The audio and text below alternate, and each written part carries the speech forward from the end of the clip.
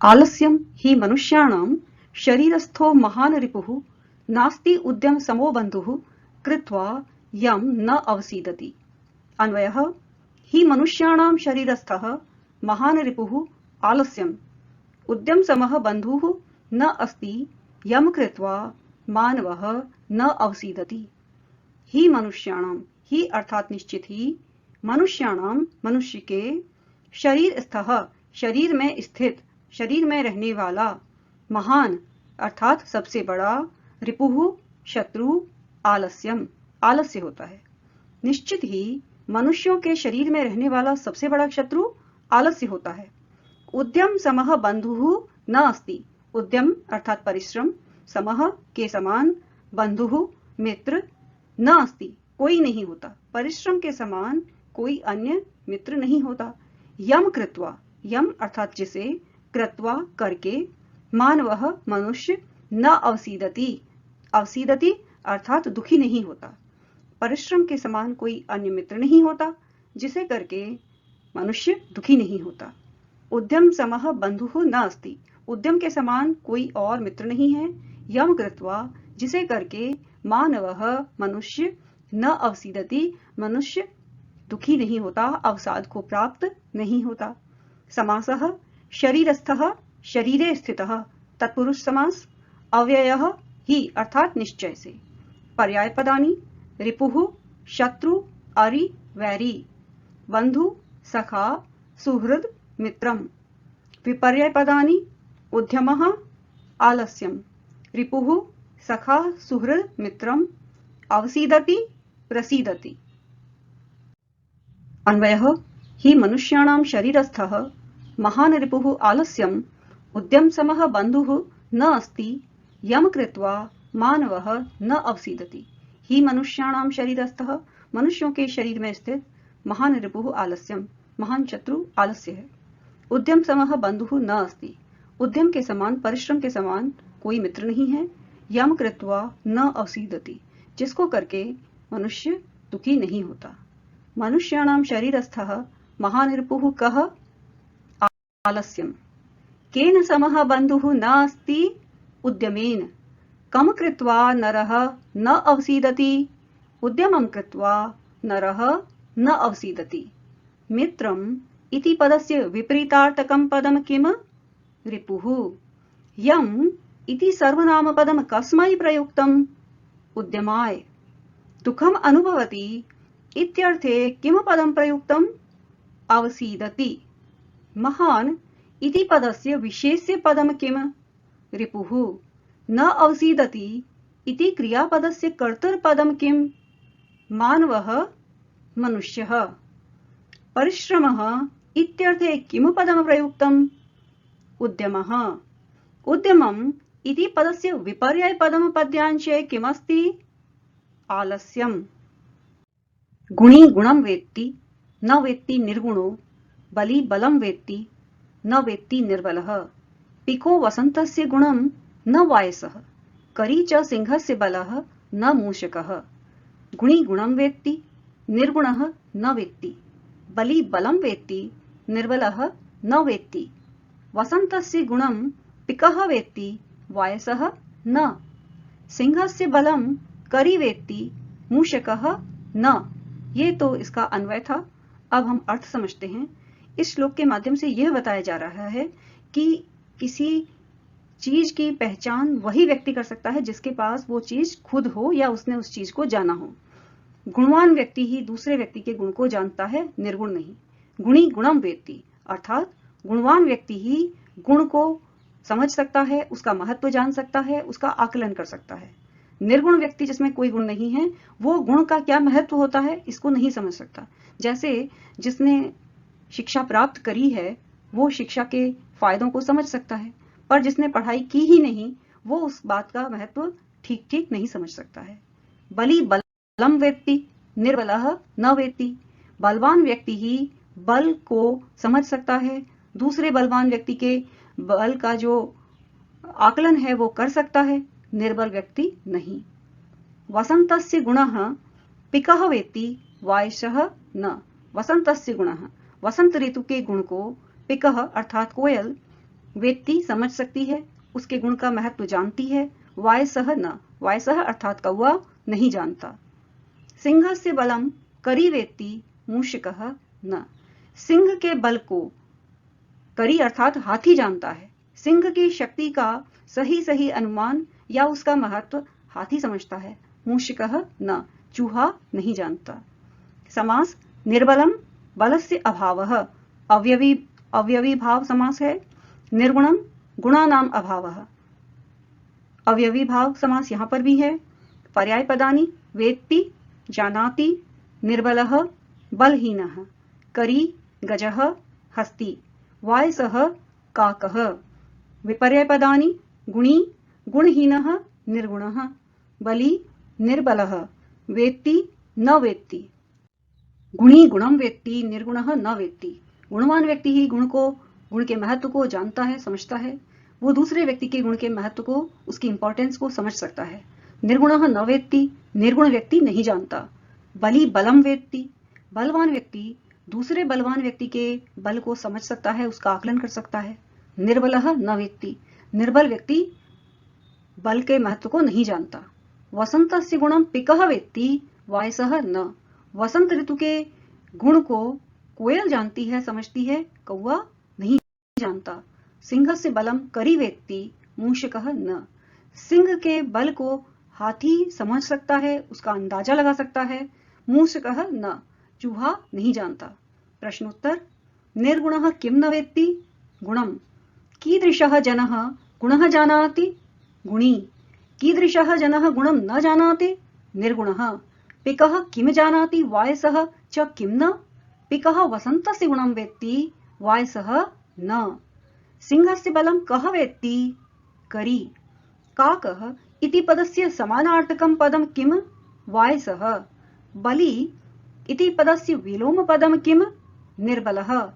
गुणी गुणं वेत्ति अत्र कर्तृपदं किम गुणी, जानाति इति पदस्य पर्यायपदं किम आगतः वेत्ति, वेत्ति इति क्रियापदस्य कर्तृपदं किम गुणी, गजः इत्यर्थे किम पदं पद्यांशे प्रयुक्तं करी।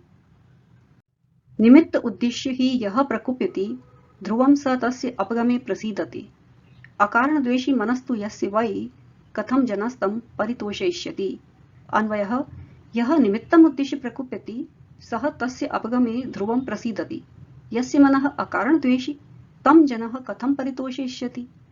यह जो निमित्तम उद्देश्य किसी कारण के लिए, किसी निमित्त के लिए, प्रयोजन के लिए प्रकुप्यति अत्यधिक क्रोध करता है, सह वह व्यक्ति तस्य अपगमे, उस तस्य माने उस कारण की अपगमे समाप्ति पर ध्रुवम प्रसीदति निश्चित ही प्रसीदति प्रसन्न होता है। यस्य मनः अकारण द्वेषी, पर जिसका मन अकारण ही क्रोधित स्वभाव वाला है, जिसका मन अकारण ही द्वेष करने वाला है, तम उसे जनः लोग कथम कैसे परितोषयिष्यति कैसे उसे संतुष्ट कर पाएंगे, उसको लोग कैसे प्रसन्न रख सकते हैं। अर्थात जिसका स्वभाव ही क्रोध करने वाला है, बगैर बात के गुस्सा करने वाला है, उसको कोई कैसे खुश कर सकता है। समास अकारण द्वेषी मनः, अकारण द्वेषी तद्वद मनः यस्य सह बहुव्रीहि समास। पर्याय पदानि निमित्तम कारणम, प्रसीदति प्रसन्नः भवति, जनः नरः परितोषयिष्यति संतुष्टं करिष्यति, उद्देश्य लक्ष्य मनः चित्तं प्रकुप्यति अत्यधिकं क्रोधं करोति, ध्रुवं निश्चितम्।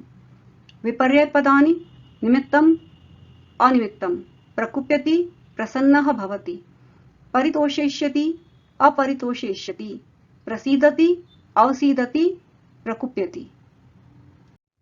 अन्वयः यह निमित्तम उद्देश्य प्रकुप्यति सह तस्य अपगमे ध्रुवम प्रसीदति। यह अर्थात जो निमित्त के लिए, किसी उद्देश्य के लिए क्रोधित होता है, वह उस कारण की समाप्ति पर अवश्य ही प्रसन्न होता है। यस्य मनः अकारण द्वेषी तम जनः कथम परितोषयिष्यति, लेकिन जिसका स्वभाव ही अकारण क्रोध करने वाला है, जिसका मन अकारण द्वेष करता है, ऐसे व्यक्ति को लोग कैसे संतुष्ट कर पाएंगे। नरः किम उद्देश्य प्रकुप्यति निमित्तम, नरः कदा प्रसीदति तस्य अपगमे, कीदृशं नरं जनः न परितोषयिष्यति। यस्य मनः अकारणद्वेषी तं नरं जनः न परितोषयिष्यति। प्रसीदति इति क्रियापदस्य कर्तृपदं किम्? सः। आरम्भे इति पदस्य विलोमपदं किम्? अपगमे।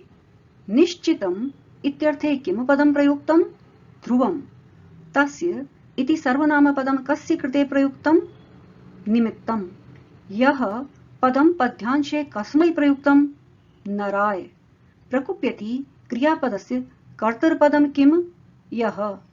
सः इति कर्तृपदस्य क्रियापदस्य किम्?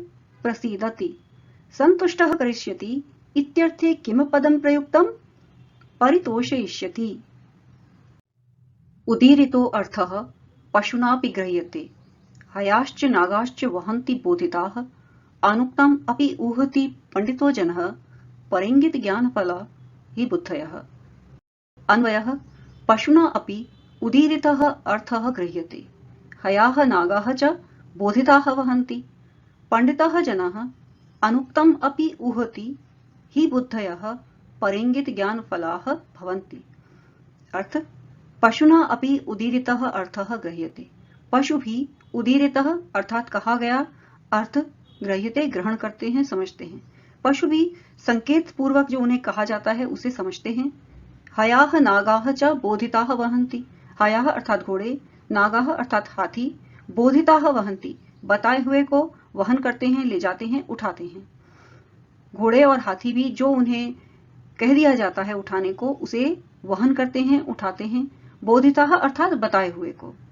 पंडिताः जनः पंडित लोग भी, ज्ञानी लोग भी, अनुक्तम जो उक्त नहीं किया गया है, जो कहा नहीं किया गया है, सिर्फ संकेत से बताया गया है, अपि उहुति उसको भी अंदाजा लगा लेते हैं, उसको भी संकेतों में समझ जाते हैं, उसको ग्रहण कर लेते हैं।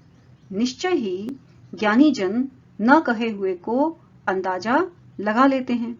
ही बुद्धयः निश्चित रूप से बुद्धिमान, परेंगित ज्ञान फलाः जो दूसरे के द्वारा इंगित किया गया है ऐसे ज्ञान के फल को भी प्राप्त करने वाले होते हैं। ही बुद्धयः परेंगित ज्ञान फलाः भवन्ति। बुद्धिमान लोग ही अर्थात निश्चित रूप से, परेंगित ज्ञान फलाः दूसरों के द्वारा इंगित किए हुए, संकेत से ही बताए हुए ज्ञान के फल को प्राप्त करने वाले भवन्ति अर्थात होते हैं। बुद्धिमान दूसरों के संकेत जन्य ज्ञान रूपी फल वाले होते हैं। दूसरों के संकेत जन्य अर्थात दूसरों ने जो संकेत से भी उन्हें समझा दिया, ऐसे ज्ञान के फल को भी वो प्राप्त कर लेते हैं। समास अनुक्तम न उक्तम, नंग तत्पुरुष समास। इंगित ज्ञान फला, इंगित ज्ञानम एव फलम यस्याह सा बहुव्रीहि। पर्याय पदानि हयाः अश्वाः तुर्गाः, नागाः हस्तिनः कर्णः, पंडितः विद्वान् बुद्धिमान्, इंगितः संकेतः, ऊहति निर्धारणं करोति। विपर्यय पदानि ऊहति अनुहति, परेभ्यः स्वकेभ्यः, अनुक्तम उक्तम, ईरितः अनीरितः। पशुना अपि उदीरितः अर्थः गृह्यते। पशु भी कही हुई बात को समझ जाते हैं। हयाः च नागाः घोड़े और हाथी, बोधिताः वहन्ति कहे हुए सामान को ले जाते हैं। पंडितः जनः विद्वान लोग, अनुक्तम अपि ऊहति न कही हुई बात को भी समझ जाते हैं। ही बुद्धयः परेंगित ज्ञान फलाः भवन्ति। बुद्धिमान लोग परेंगित ज्ञान फलाः इंगित किए हुए ज्ञान के फल को भी प्राप्त करने वाले होते हैं। प्रश्नोत्तर अनुक्तम अपि यः तथ्यं जानाति सः कः? पंडितः। केन उदीरितः अर्थः गृह्यते? पशुना। के अपि वहन्ति बोधिताः? नागः हयाः। बुद्धयः कीदृशः भवन्ति? बुद्धयः परेंगित ज्ञान फलाः भवन्ति। गृह्यते इति क्रियापदस्य कर्तृपदं किम्? पशुना। हस्तिनः इति पदस्य पर्यायपदं किम्? नागाः। उक्तम् इति पदस्य विपरीतार्थकं पदं किम्? अनुक्तम्। अर्थः इति पदस्य विशेषणपदं किम्? उदीरितः। विद्वान् जनः इत्यर्थे किम् पदं प्रयुक्तं? पंडितो जनः। अश्वा इति पदस्य पर्यायपदं पद्यांशे किम्? हयाः। क्रोधो हि शत्रु प्रथमो नराणां देह स्थितो देह विनाशनाय यथा स्थितः काष्ठगतो हि वह्निः स एव वह्निर्दहते शरीरम्। अन्वयः हि नराणां देह विनाशनाय प्रथमः शत्रुः देह स्थितः क्रोधः। हि यथा काष्ठगतः स्थितः वह्निः काष्ठम् एव दहते तथैव शरीरस्थः क्रोधः शरीरं दहते। ही निश्चय ही नराणां मनुष्यों के देह विनाशनाय शरीर के विनाश के लिए देह के विनाश के लिए प्रथमः शत्रुः प्रथम शत्रु देह स्थितः क्रोधः देह में स्थित क्रोध है।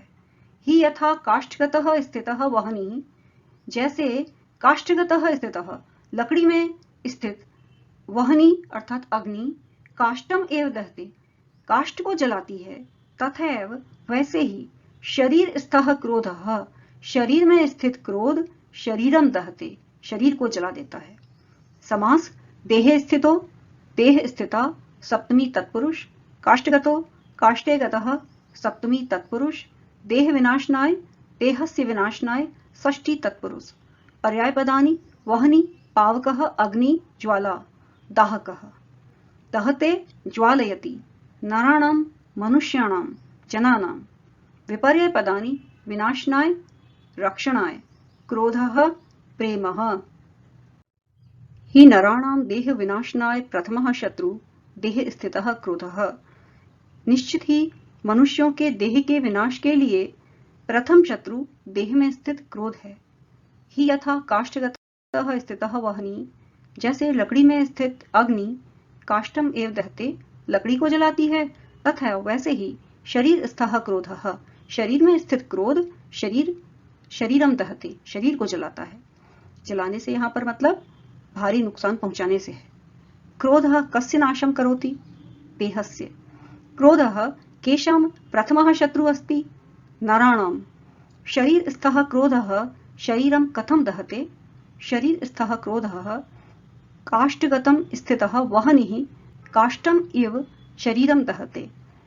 कीदृशी अग्निः शरीराणि दहाति क्रोधरूपाग्निः शरीराणि दहाति। अग्नि इति पदस्य पर्यायपदं किं वह्निः। शत्रुः इति पदस्य विशेषणपदं किं प्रथमः। स एव वह्निर्दहते शरीरम् अत्र क्रियापदं किं दहते। रक्षणाय इति पदस्य विपर्ययपदं किं विनाशनाय। रिपुः इति पदस्य अर्थे किं पदं प्रयुक्तं शत्रुः।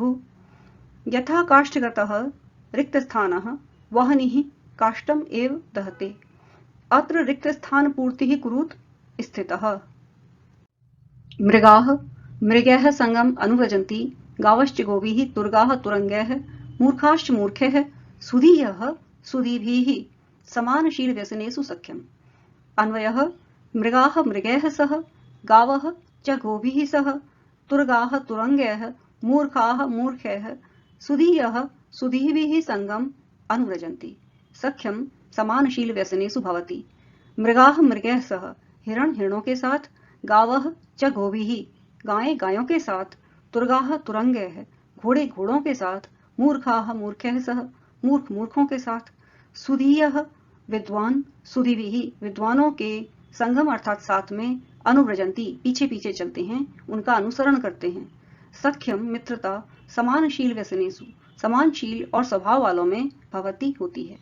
पर्याय पदानि सुधीयः बुद्धिमन्तः व्रजन्ति गच्छन्ति सख्यम मित्रता मैत्री शील चरित्र व्यवहार। विपर्यय पदानि मूर्खाः सुधीयः बुद्धिमन्तः सख्यम असख्यम।